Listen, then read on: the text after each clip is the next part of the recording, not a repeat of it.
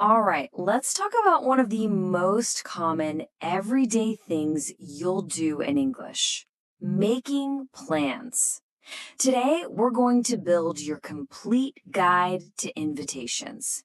We're going to cover everything from how to ask someone out to how to say yes with real enthusiasm and even how to say no without being awkward. By the end of this, you'll have all the tools you need to sound super natural and confident in any social situation. You know that feeling, right? You want to ask a new friend or a colleague to hang out, but you're kind of searching for the right words. The whole thing can feel a little bit stressful. Well, if that sounds familiar, you are definitely not alone, and this explainer is going to help. So, here's our game plan. First, we'll look at the invocation challenge itself. Then we'll dive into how to make an invitation, all the different ways to say yes, and of course, how to politely refuse. And finally, we'll put it all together into your new English social toolkit. So, what's the real challenge here? It's not just about memorizing vocabulary. It's about moving past that kind of stiff textbook English and into the flow of real, everyday conversations, the kind that actually build friendships. Because here's the thing, and it's so important, the words you choose send a message about how you feel. The right phrase can show you're excited or casual or maybe a bit more formal. Getting this right is the key to not just communicating, but to really, truly connecting with people. Okay, let's start building that toolkit. First tool up, how to actually make the invitation. We're going to look at a few key phrases that you will hear native speakers use all the time. Here's a classic. Let's grab a drink. It's casual, it's friendly, and there's no pressure. That word grab is just a really common, relaxed way to say get or have. It's absolutely perfect for inviting a coworker or a friend out. Here's another fantastic and super versatile phrase. Are you up for? This is such a great way to just check if someone is interested in doing something or if they have the energy for it. And there's a really simple grammar rule that goes with it that'll make you sound like a pro. So the grammar here is actually way easier than it sounds. After are you up for, you can just use a noun, like a hike, a movie, or some pizza. Or if you want to use a verb, just add ing to the end.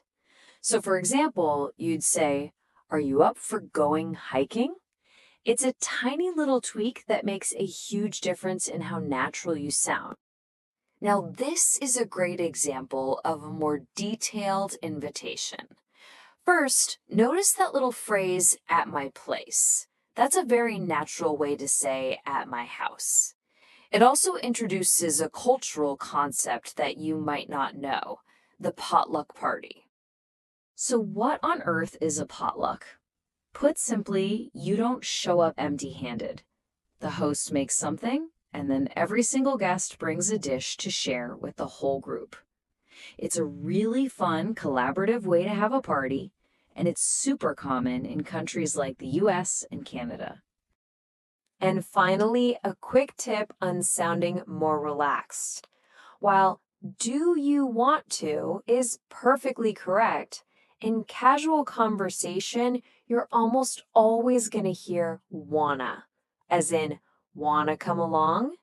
It's a small contraction that just makes you sound so much more fluent. Okay, so you've been invited to something awesome. How do you accept? I mean, just saying yes is fine, but we can do better than fine, right? Let's add some really enthusiastic ways to say yes to our toolkit. Here are a whole bunch of ways to say yes with a bit more personality. Sounds good is a great all-purpose positive response. But if you want to show you're really excited, something like count me in is perfect. For very casual situations with friends, you'll hear I'm in or I'm down all the time. I'm down is maybe even a little more enthusiastic and trendy, especially among younger speakers. And now for the part that can feel the most difficult, saying no. The goal here is to decline the invitation without declining the friendship. Let's look at how to do it with grace. This phrase right here is probably one of the most useful tools you can have for a polite refusal. Can I take a rain check? It's an incredibly common idiom, but what does it actually mean?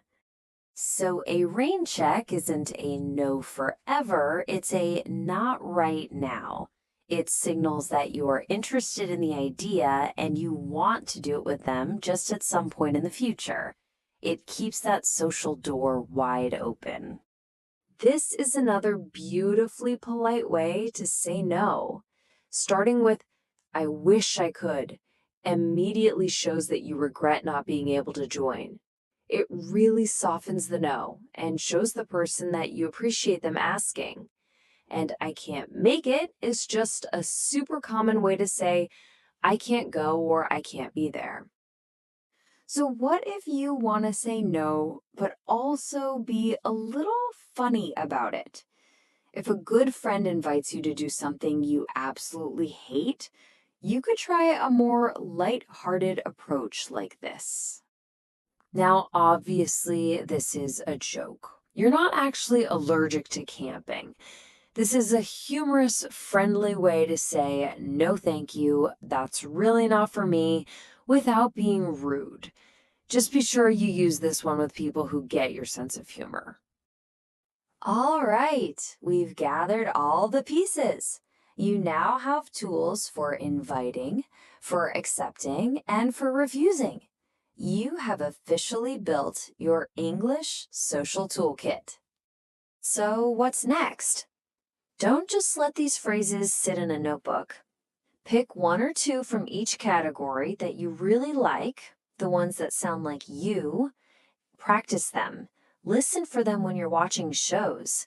The more you hear them and use them, the more natural they'll become.